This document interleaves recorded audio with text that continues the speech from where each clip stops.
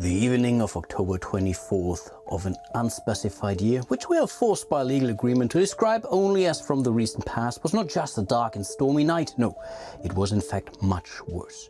A horrifyingly grey-green apocalyptic October nightmare as a superstorm Nancy plowed into the east coast of the United States. Thousands of miles of coastline were devastated, and particularly hard hit was the large but vulnerable atoll of Plum Island, smack dab in the middle of the storm's path of destruction.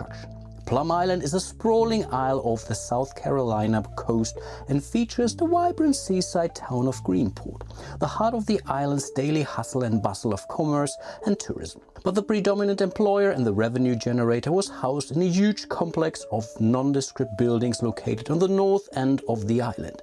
This mega corporation was known locally as the Pearl, or more precisely the Plum Island Research Laboratory, Pearl. It was an enormous facility responsible for the employment of thousands of workers and scientists as they conducted government-sponsored biological research and experimentation. All were legal and ethical practices, of course, or so we were told.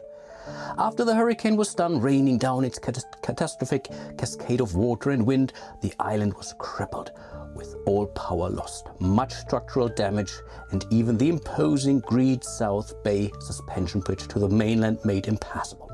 Now, with the needed electrical power and already challenged with an understaffed safety and maintenance department, the lab's super secret and highly experimental cylinders containing the most hazardous biological agents suddenly ruptured. The entire facility was inundated with a horrific, lethal mixture of chemicals, resulting in the deaths and disfigurement of hundreds of personnel who were taking shelter from the storm within the main containment facilities. But the true horror was yet to come. These deaths were only temporary incapitations. The poor souls who succumbed to the toxins were somehow revived by the bizarre mixture of chemicals, returning to life as monstrously altered mutations. These reanimated creatures soon earned the sobriquet horrors simply because, well, what else could you possibly call them? The horrors transformed almost instantaneously into vicious killing abominations that overwhelmed whatever survivors there were in and near the main Pearl complex. The cycle repeated itself as these new victims soon returned to life as their own versions of the horrors, some even stronger and more mutated than those that created them. This evil army then increased its numbers tenfold in a matter of hours. After the Pearl was subsumed, there was only one place left to sate the ferocious appetites of these reborn killers, a monster buffet known as Greenport. So hi, welcome back to another video of JPlay. I am Marcus, and yes, this was the introductory text of Plum Island Horror, which is one of my other Halloween themed games. Halloween at the day of the recording is tomorrow, so I'm most likely will not be able to finish my playthrough here as a whole. I still wanted to get started and see how things go. There's a lot going on in this game. The rulebook is relatively thick, but then again also very clear, especially for a GMT book. I think that might be the best GMT rulebook I have ever read, but still expect me to do a lot of stupid decisions, a lot of goofs, and yeah, basically usually aware of these things, right, when you're watching my content here. Before we get started, huge shout out to all of my patrons and channel members. You guys are truly amazing. If you want to support me, you'll find a link to my Patreon, join me here on YouTube, all that nice stuff. Like and subscribe, of course, definitely appreciate it. But I think without further ado, let's get somewhat started. I already did, I think, if not all, the majority of the setup here, so we have already made first contact. Though those civilians are already out of here, eaten by the murder of horrors, zombies. I will basically alternate between those two terms. For me, these are simply zombies, and honestly, there are not enough zombie games that are coming out recently. Can't stress that enough.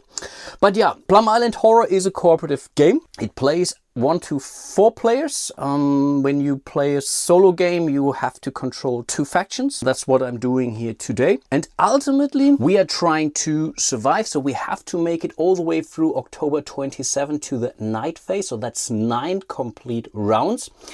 That's the one piece. In between, we can't let the biohazard reach space 17. Similarly, we can't have more than 8 overruns here. And we also have to save or rescue 26 civilization points. No, I think civilian points, or so evacuation points. So those are these markers here. So when we rescue one of those, we have earned 2 victory points, or basically 2 evacuation points. So again, a lot of ways how you can lose, only one way how you can win. Very typical for a cool game. And in between, we are controlling these 2 factions here. The base game alone, I think there is an expansion on the horizon. Not quite sure if it's out already or not, but it already comes with 6 different factions. So even if you're playing a full 4-player game, you have choices. That's really cool. And kind of randomly, I went for those. So we have the Pearl Security Services. So these guys should somehow know what's going on. I believe we even have the CEO, Miss Wonderful Winfrey, up here. So she really better should know. And down here, the green faction is the Neighborhood Watch. And I've already placed all of their standees here on the board. A lot of these, or for a lot of these standees, you get to choice between whatever 1, 2, 3, or sometimes even 4 different locations. Because I haven't played this game before, I really made some very poor choices, I'm relatively certain. And as part of setup, we are then moving some of these Murder of Horror stacks based on these fate cards here. That's more or less the randomizer for this game, or one of the randomizers for this game. And as soon as it makes first contact with any one of your units, it could be a civilian. In this case, it was a civilian unit. We know, hey, something is foul, something is fishy. We have to do something about that. So I will not explain the game up front. So as usual, I will explain the game as I go, and I will have to refer to the rulebook more than once. Good thing is, through the magic of cutting, you won't be bothered by that too much. So I think with that being said, we should be more or less good to go. Actually, we would start with a hunger phase, but because it's not night, it's really the morning of October 25th, we can jump over this. So we are jumping directly into the activity phase. This will be initiated by a nice chit pool mechanic, which I really do like a lot, actually. So we are drawing now tokens until the drawback is empty, and then we are coming into an end phase. But yeah, let's see what happens. We are drawing the first chit out of the bag, and here one of our player markers was drawn. Because I'm playing a solo game controlling 2 factions, 2 of these chits are in the bag for each of those factions. So it's 4 for us, 3 for the enemy, and then there's 1 event which is typically also for the enemy because the event cards are all bad. But in this case, yes, we get to act first, more precisely the Neighborhood Watch. And the first thing that we are allowed to do is the so-called Crisis Adrenaline. So we get a free foot movement for all of the green units up to their foot movement value, which is printed down here. So for example, EM Body here from the Neighborhood Watch, she would be allowed to move up to 2 spaces. And I think that's what I'm going to do. I think I would rather move this folk up here, 1, 2 spaces up here to one of these beach locations. I will lay him down so I remember, and maybe I will have to lie them down anyway, because you will be able to see them much better this way. The question is,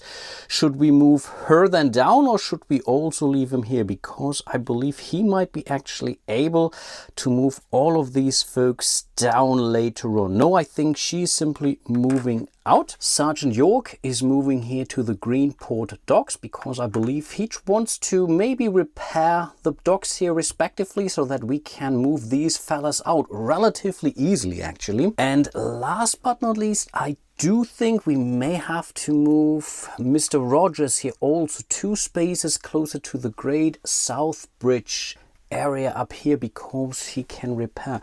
We have someone from the other faction nearby, but he only has a admin rating of 1, which is not great repairing bridges. So the green values that you see on those fellas, so maybe zoom in here a little bit. This is the admin rating. This is, I think, the combat rating. This is the leader ability, the health, the foot movement, the vehicular movement, where you have to spend resources for.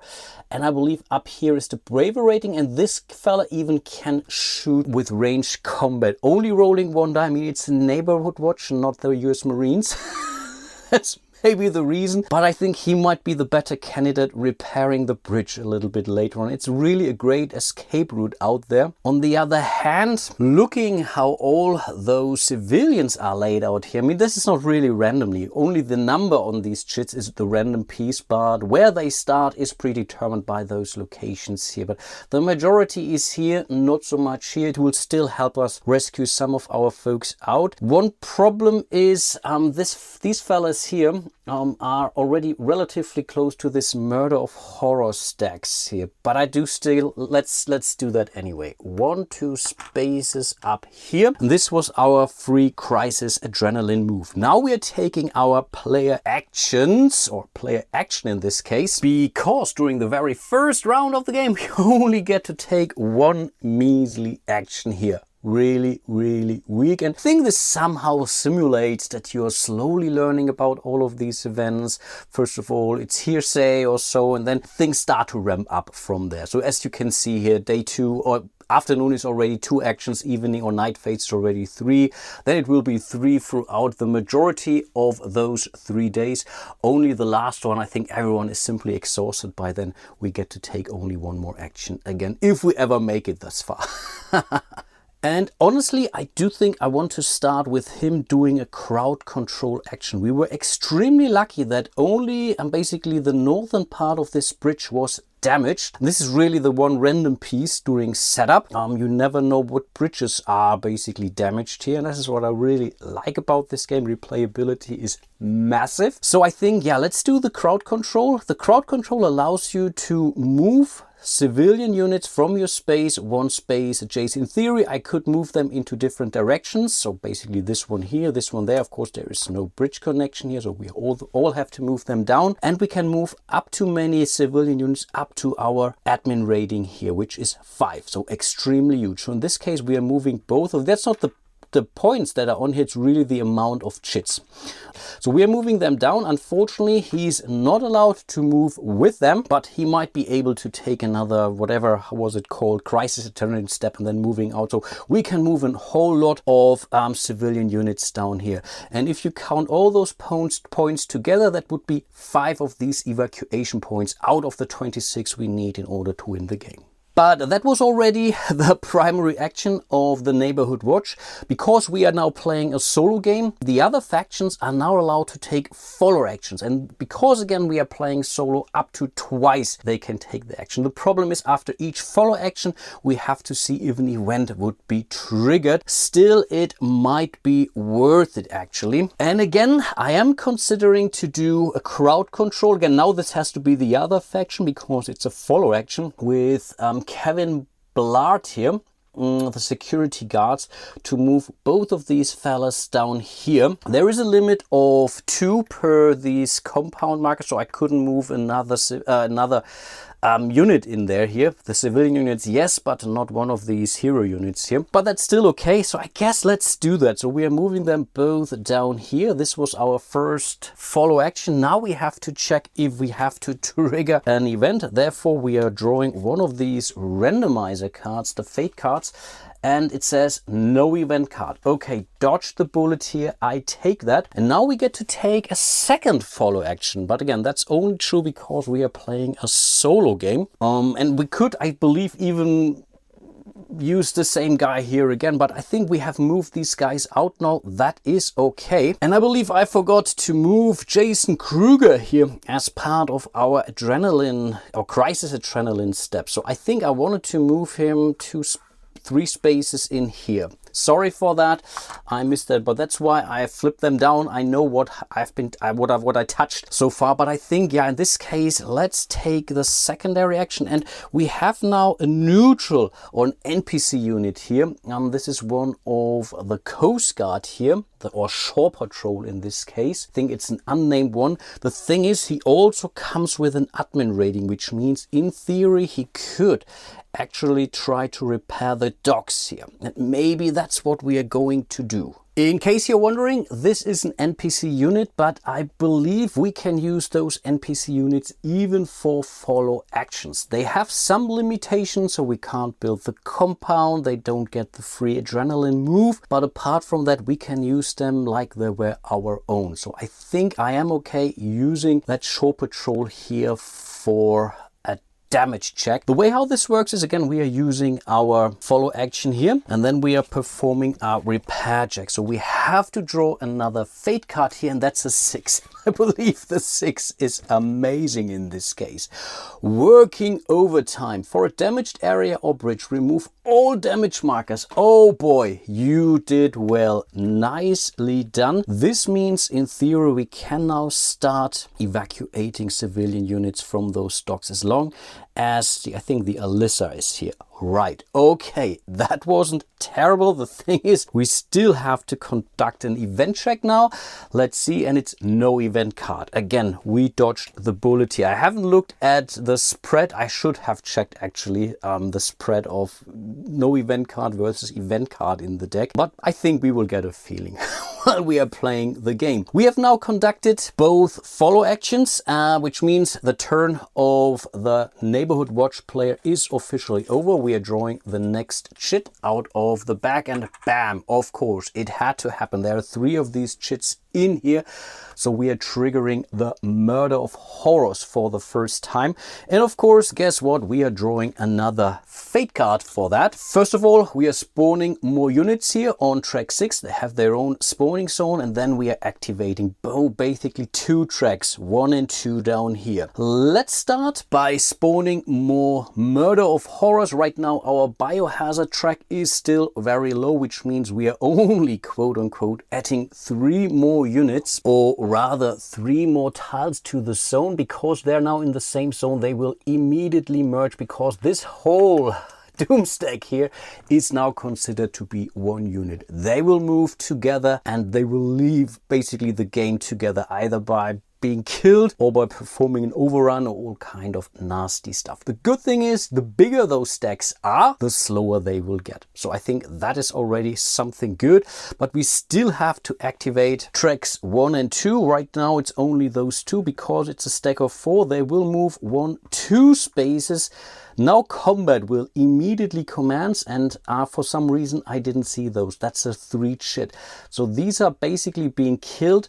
We are now performing some combat check, but 4 will definitely eat 1 of those chits. No matter what, again, what number is on here, we are simply comparing the units in this case. So it's 1 unit that is out here, and because we have conducted close combat in that case, we have to add our next biohazard cube into the biohazard bag here. That's another some kind of a chit pull mechanic that we are doing at the end of this round. But that's basically their turn done. Of course, we still have a second unit to move, 1-2 spaces. These are also 4, nothing to do here, and they will always only move down. On only very, let's say, rare occasions will they be allowed to use those green or white arrows here moving left to right. I think this is only triggered through event cards, but in this case they will typically only move down. No combat is initiated, which means this chit has been fully resolved. We are getting rid of this card, and then we are drawing our next chit. And okay, what do we have here? That's Pearl, Plum Island Research Lab Security Service,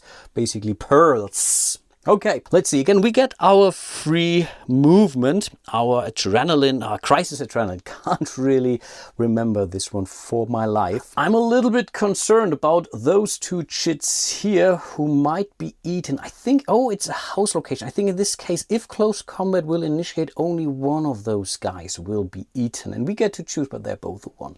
The thing is, there is no connection. I think here's some kind of a canal. We can't move through that. We could, of course, move up here, but then we also have to stop and have to initiate combat. And again, every time you're doing close combat, you have to add another of these biohazard cubes into the bag. And the more non-green ones are in there, the worse things get. Anyway, I still want to move Kevin Blart now here to 2E, the fire station. From here he could try to maybe later on repair this bridge here, which also has a 2 damage marker. So drawing this 6 was really extremely lucky. All kind of things can go wrong here with these things. He can move up to twice or 2 spaces here. We still have these 2 guys. He can only move once, but maybe we want to leave him here. Yeah, maybe. And he also, oh, these are really 2 slow folks. Okay, that's something I didn't really see. I think I want to leave maybe this fella here because he can soak up more damage. So as long as there is one of these standees here, they will protect from any murder of horror units. So I think let's move this fella down with 1. So we are not moving this fella, which means I'm still laying him down. So I remember yeah, basically thought about him. I think Dr. McCoy here, who has really cool ranged ability, actually will maybe move down here to the fire station 2, or should we also leave him here maybe to escort this fella out? Yeah, let's do that actually. Or should we move this fella out? Because if these guys will move, there is a chance they will eat this chit here. These are these decisions. I really don't know actually, but I think I want to do that. Yeah, he's brave, he will move up there. So that's that. And then finally we have Martha, the CEO. She also only can move 1 space as part of her free movement. That's really not so great, but her special ability allows every adjacent unit of hers, of her faction, basically getting a +1 on any of their stats. So this can be extremely powerful, but right now no one is around, right? I mean, that's really weak. Anyway, that was our free movement. We still get 1 action. And again, I think we want to use those 2 actions for a crowd control, moving those folks down. He has an admin rating of 2. That is fully legal. He moved them down. So that was that, but that was one and only action you are allowed to take. We still get our 2 or up to 2 follow actions. I don't have to take them. And there's again a good reason not to use them, because yeah, we don't want to trigger events. Events are nasty. And if you're checking our discard pile here, I think we are allowed to do that. No event cards so far. So it's getting more and more likely we are drawing a card that will trigger an event card. But anyway, I think I want another repair action now with Sergeant York. He has an admin rating of 3. We have a damage marker of 2 here. So let's see what we draw. That's another 6. Oh gosh, that's another 6. Yeah, we need these for these really locations that are hit pretty badly actually. But okay, I certainly take it. So another damage marker out of here. We have to see if we are triggering an event, and we are not. Hooray! Next, we can actually debate if we want to evacuate this unit here, because we have basically enabled that area. The dock, we have a ship here. What is it? The Cayenne Sky. And she can, yeah, that's the thing. She can evacuate up to 4 units with 1 action. So I'm not sure if this is somewhat of a waste, or if we should rather move more folks in there. I think that's really a little bit wasteful, I think. Should I do a second action, follow action or not? Doing a move action with a follow action for me seems extremely, I don't know, not worth it. Quite honestly, because you get a lot of free movement with this crisis or turning crisis thing and through your normal actions, and triggering now potential event because we are now moving 1 space or so seems wasteful. Similarly here, evacuating this civilian unit now, I don't know if this is really worth it. What we could do maybe with this, okay, that's something we could prepare actually, but he can also control up. Let's do that instead. So again, we will use the shore patrol to crowd control this civilian unit over here. So I think now using the evacuate action for 2 tokens, I think that's more worth it, but still we have to trigger an card, and it's no event card. So it really seems there are way more no event cards in that deck or not, unless the next 10 are now tells me to draw an event card. But okay, it is what it is. But those were basically 2 of my follow actions. We have to draw the next shit out of the bag. And ooh, I think that's the impending doom, which means we have to resolve our very first event card. So that's a huge pile of event cards here. So let's see what we get. And this one says Hyper Horrors. Draw a fate number. That's what we do a lot. Still no event card. So that's 3. All horror units in the area fastest along that track number, so basically 3, will move along. Oh, they are now moving along those white arrows. So I think in this case, maybe that is actually quite all right. So they are the farthest down in lane 3. They will move to the highest one from what I understood. If there are 2 connections, the horse will move into the area on the higher number track. Exactly. So they're moving over here. But it says note that no combat is started with this move. So these guys are still hiding in the brewery here, Schnitzel Brewery, and we might still be able to rescue them, but I'm not so sure about that. Anyway, this was the Impending Doom. I think that was quite all right, actually. We certainly can live with that. Let's draw the next token, and it's again Pearl Security Services. So we are now standing these guy up. So we're doing this the other way around because I was too lazy standing them up in between shots. So we have moved them. Here, I want to keep him here, but I think I want to move this fella in here, but we will still stand them both up. Again, showing that I have taken care of them. Okay, this is pretty cool. Dr. Irvin McCoy will move up here, so he is now a meat shield for those civilians, and they all have a name basically on them. That's the Addams family. Okay, how lovely is that? It's only 2.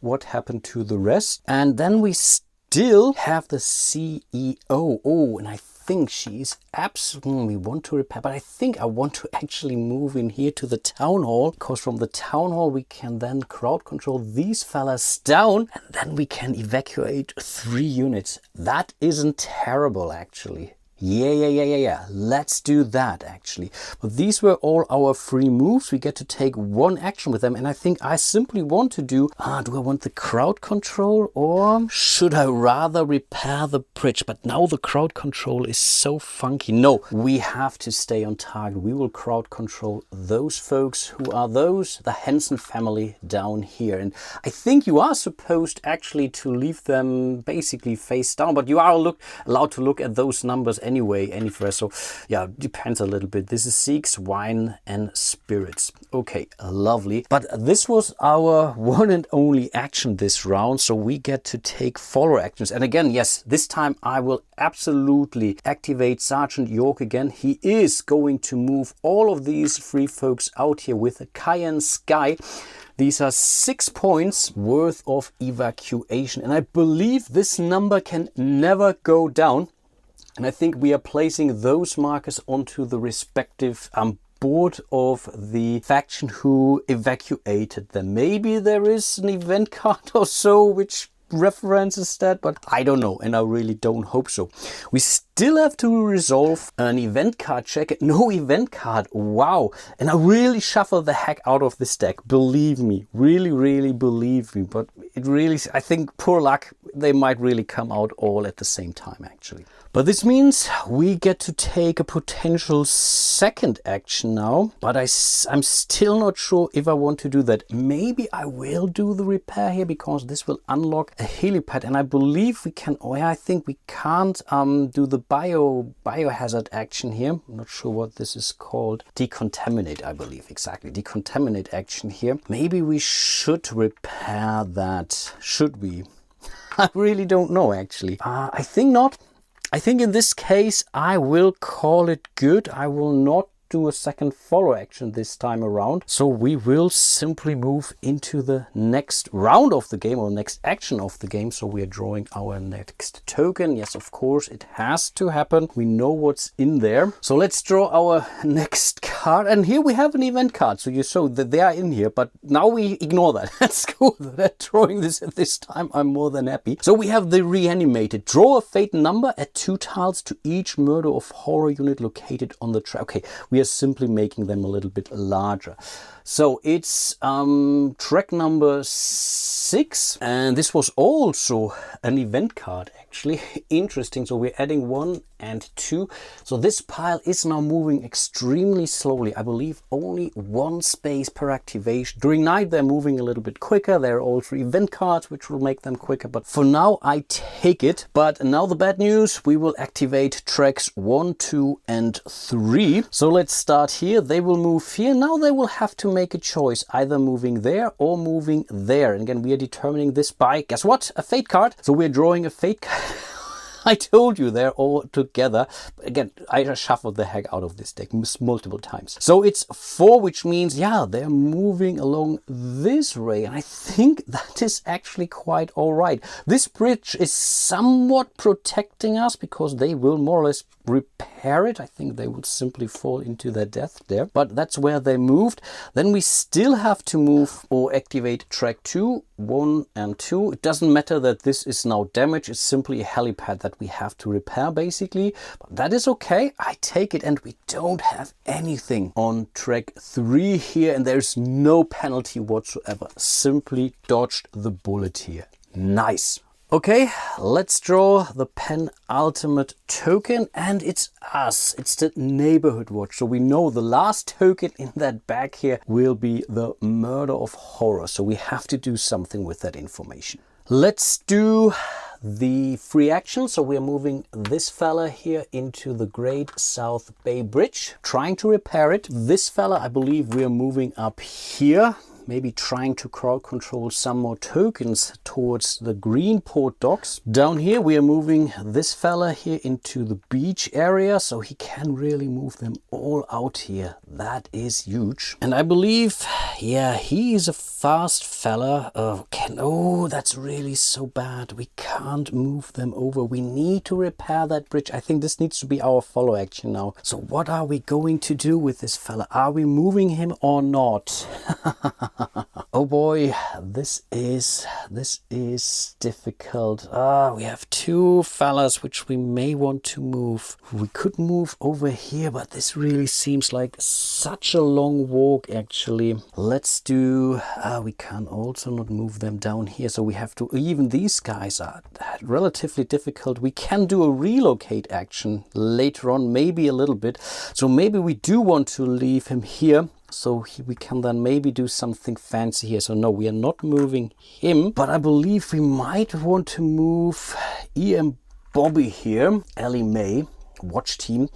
She can move 2 space, and maybe she can take a search action here a little bit later. There is a pile of murder of horror here, but I think she is in an okay shape actually. But okay, this was our free move. Let's do our action, and I think we want to repair something with Biv Rogers. He has an admin rating of 3, and a 5 I think is not terrible, but not as cool as the 6, of course. You've got skills. For a damaged area or bridge, remove damage markers equal to the admin rating of the unit. That is only quote unquote a 3, which means the bridge is not fully repaired. I think that's still okay. I think this was totally worth it, but that was already our action for this round, so we have to do a follow action now. And for sure he wants to repair this bridge here. So let's draw our fate card, and that's the 1. The 1 is terrible because that's an epic fail. For a damaged bridge, increase the damage marker value by 1. Ooh, this is really not great. Or we can go for the duct tape option.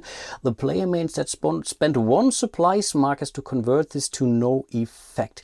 I think that's what we have to do. We start the game with 2 supplies, so we're flipping this to the other side. We need the supplies for all kinds of stuff, but I don't want to worsen things here. But that wasn't great at all. But I mean, things had to go sideways at some point. And we still, because it was a follow action, this was okay. Didn't do anything. We could do it again, right? And I think we have to. We will repair again. We can take the same action twice. And this is a 4, and I think a 4 is the same thing. You've got skills, so we can remove those up to the repair rating. Nice. So this is out of here. We can now finally move to the other side of the map here. Still, we have to resolve, and bam, now it happened. We have to resolve our next event card here. Pearl containers split open. If the Old Republic area 6E has any damaged markers, spawn a Murder of Horror stack into the area 3 or 4 tiles. It's 3 right now. And I'm relatively certain we haven't touched it at all. So here's the lessons learned. Yeah, we want to take care of these damage markers, even though we are not getting an immediate benefit out of this. Yeah, this was really not pretty. And of course, in this case, they are triggering close combat, which means these guys are eating yum, yum, yum. So we're adding yet another yellow cube into the biohazard bag. That is terrible. But I believe, yeah, those were both of our follow actions. And now for some more good news. Yes, we will activate those fellas again. That was the last chit in the bag, which means we are resolving our next card. So we are spawning more on track 1. It's still only quote unquote 3. This will change rather soon, but we're adding 3 more Murder of Horrors here. And gosh, track 6 is activate. I think this might be the worst one, but let's see. One thing at a time. We start with a stack that is furthest down the line. So they will either move here or there. Therefore, we have to draw another fate card. It's a 1. Of course it's a 1. Yeah, why not? I mean, that's clear. So they are moving here to the bridge toll area. They're moving a second time and we're doing the same check again. Now we do want a 1 or a 6 actually, because we want them to, or do we want them to move down? I don't know.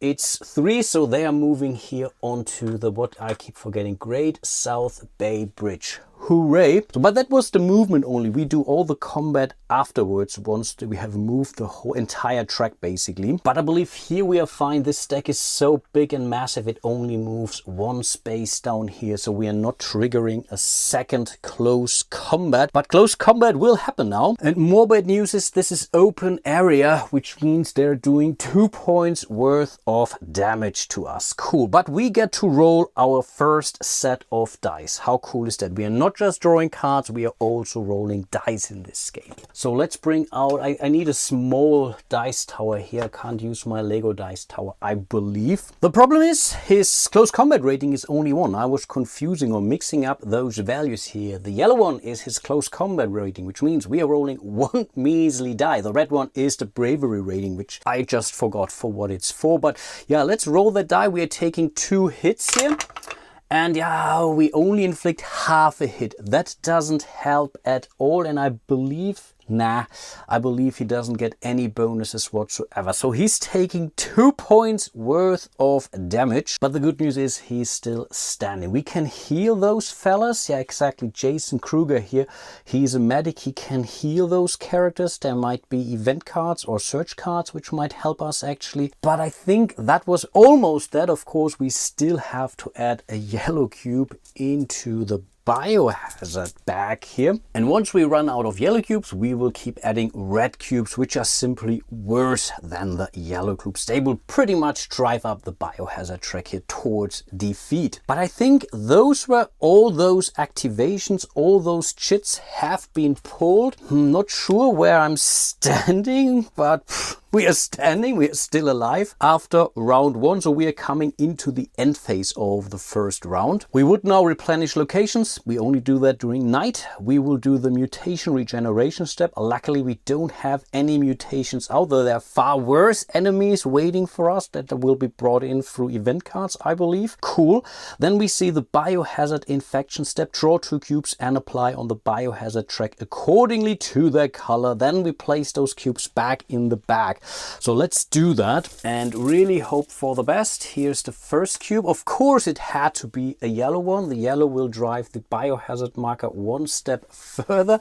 Let's draw 1 more. And this is a green one. We simply ignore the green one. Cool. But then we are placing both of these cubes back into the bag. That is, I think, kind of okay. At least I hope, I think. Next, we move all those chits back into the chit pool bag. It's really a big bag, so it really works for my big hands. I really quite like that. And last but not least, we are advancing the game round marker to the afternoon of October 25th. So now we will have 2 actions the next round for each of those factions. Cool. But I think for today I will call it. It has taken me some time. There were still a lot of actions which you haven't seen, but I will most certainly do 2 more rounds in the next videos, and then maybe for the following videos to come we will cover a full day, at least, again, unless I'm dying sooner than that, and then I have to really see how I'm doing. But I think for the preparation for the very first turn of the game, let's do things a little bit slower, and I really hope to increase the game speed from here onward. So really hope you are enjoying my little playthrough here of Plum Island Horror. Definitely send in your suggestions of what you think I should be doing next. I'm relatively certain I have to start getting rid of some of these Murder of Horror tiles, because when we are running out of those, they will all drive the biohazard up, and that's not a good thing. I mean, that's one way we can lose the game. So definitely let me know what you think. Also make me aware of any rule scoofs I was most certainly doing. I will try to correct them as much as I can during my next video. Maybe I will catch something during editing. Let's see. And yeah, enjoy your Halloween season, and hope to see you soon in one of my next video, maybe the next episode of the Plum Island Horror. And yeah, until then, bye bye.